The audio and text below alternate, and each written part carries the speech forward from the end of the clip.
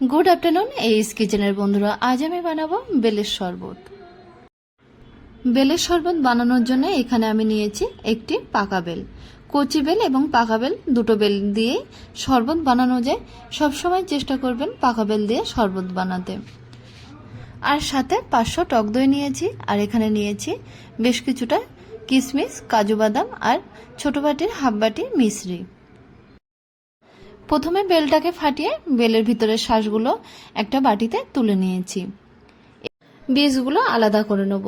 তা আরেকটি বড় পাত্রের মধ্যে বেলের শাঁসটা দিয়ে অল্প অল্প করে জল দিয়ে হাতের সাহায্যে এরকমভাবে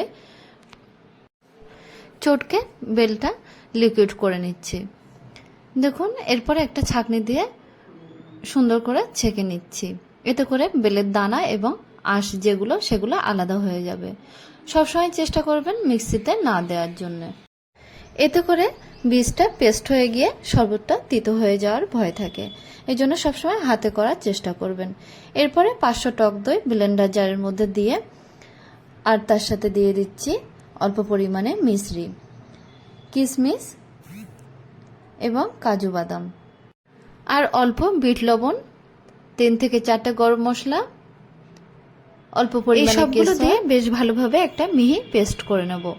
দেখুন, পেস্টটা বানানো হয়ে গেছে। এবার এটা একটা পাত্রের মধ্যে ঢেলে নেব। এরপরে টক দইয়ের মধ্যে দিয়ে দিচ্ছি বেলের শাঁসগুলো। টক দই এবং বেলের শাঁসটা বেশ ভালোভাবে মিক্সড করে নেব। এরপরে দেখুন, 2 গ্লাসের মধ্যে বেলের শরবতটা দিয়ে দিয়েছি। স্বাদ বাড়ানোর জন্য এখানে আমি দেব 1 চামচ করে মালাই। আর গার্নিশিংয়ের জন্য আমি দিয়ে দেবো কাজু, আমন্ড এবং পেস্তা। সমস্ত ড্রাই ফ্রুটসগুলো আমি ছোট ছোট করে কেটে নিয়েছি। দেখুন, একে একে কাজু, আমন্ড এবং পেস্তা দিয়ে দিচ্ছি। আর উপর থেকে কেশর দিয়ে দেব। দেখুন, তৈরি হয়ে গেছে আজকে আমার নতুন রেসিপি বেলের শরবত। এইভাবে বেলের শরবত যদি আপনারা বাড়িতে বানিয়ে খান তাহলে আশা করছি আপনাদের খুবই টেস্টি লাগবে। তো একবার বাড়িতে বানিয়ে খেয়ে দেখতে পারেন। ভালো লাগলে অবশ্যই ভিডিওতে একটা লাইক দেবেন আর আমাদের চ্যানেলটিকে সাবস্ক্রাইব করার অনুরোধ রইল।